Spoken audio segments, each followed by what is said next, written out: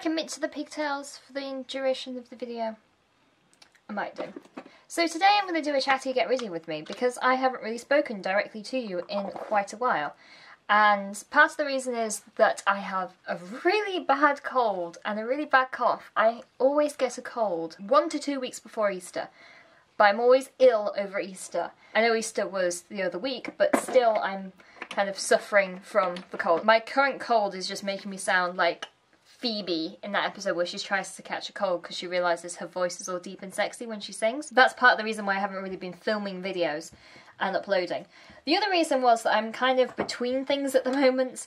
I went to London, which I didn't really talk about because I didn't actually vlog that much, and I'm back from London and I am regrouping from London. My aim to go down to London was to potentially be in a position where I could get more jobs, and that was the case. I networked a lot, I met a lot of people, I did a lot at the YouTube space. I also just gave myself some time to breathe, which is very important. I feel like I just haven't been doing that. Every single time I've been on holiday or I've just been around, I've just never really been in a place at the moment where I've just sort of thought, right, I can fully have a day off.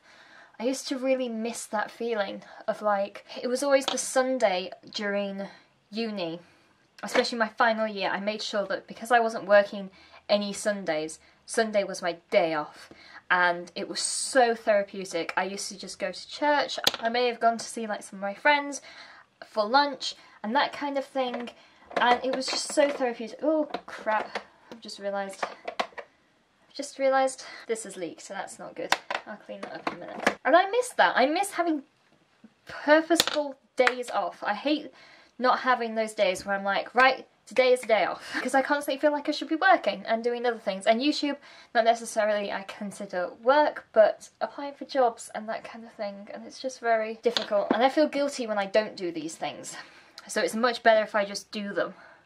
I am going for a kind of natural look just because I want to have something on my face today because I'm just applying for jobs and doing some other work, but I feel like if I don't have any makeup on, I'm not productive because it kind of feels like I am between things. Makeup is sort of, putting on my makeup is so part of my daily routine. It is just, it's like brushing your teeth or it's like having a shower. My day, I don't feel ready until I've had that. So that's why, even though I'm not going anywhere today, although I may go outside and get some flowers for some Instagram shoots. I'm doing my makeup, by the way, by the viewfinder because I can.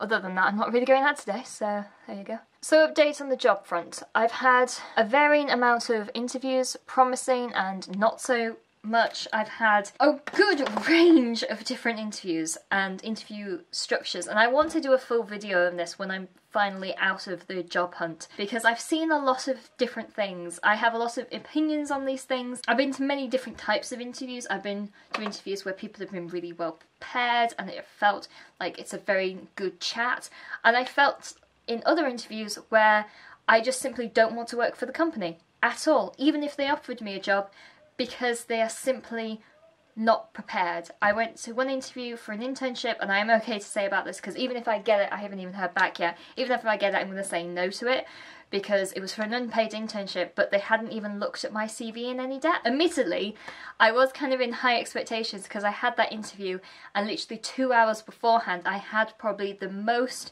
put together, brilliant interview.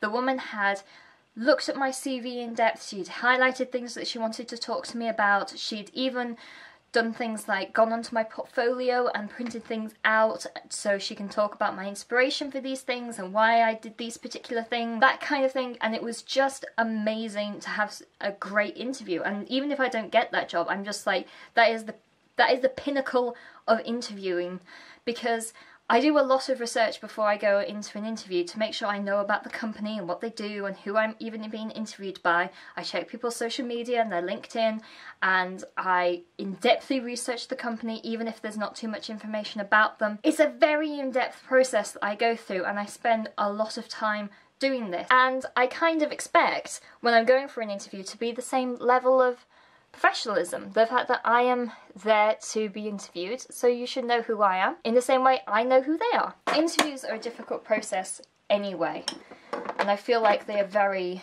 So I'm a bit of a pro at the interview.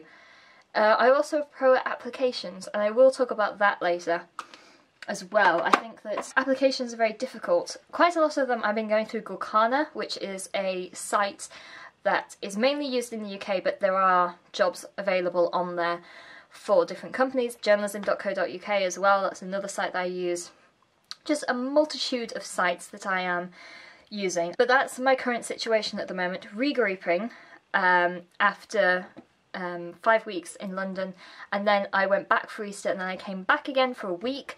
I should have been there for a week because I rented out an Airbnb. I only stayed there for 2 nights because it was the worst Airbnb I've ever been in. It's probably the worst house that I've ever been in, and I've been in some fairly crappy student houses in my life. They had a dog, which they didn't tell me about, and it stank of cigarette smoke. So it was a stinky hovel of a place that was dirty and just uninviting. It was just awful, and that was my 4th ever Airbnb place, and the rest of them have just been better than I expected, either through what the place actually physically looks like or simply the people who I have met there. It was just awful. I literally had to get out of there. I paid up for 5 nights and I only stayed for 2, and I was like, right, bye, see ya. The other things I've done, I have set up a Patreon, which you probably already realised because I've posted 2 videos about it. I'm also selling some things on eBay at the moment as well, so please go check out my eBay page because I'm selling some clothes and then mostly magazines actually. I have a lot of magazines on sale because I have pretty much the last 2 years of Cosmo and Glamour magazine, and the past... What year are we up to? Well, I have every issue of Marie Claire since November 2008, so I nearly have 100 issues of Marie Claire. That's what I've been currently doing, trying to get rid of those things, because also I'm very aware that these are actually worth something now, because I've had them for so long, so some of the bigger covers that are very popular, I may be able to make some kind of money, or at least break even, or at least give me some money back, especially from holding them for so long. Right, that's it for me today, and I shall talk to you guys later. Bye!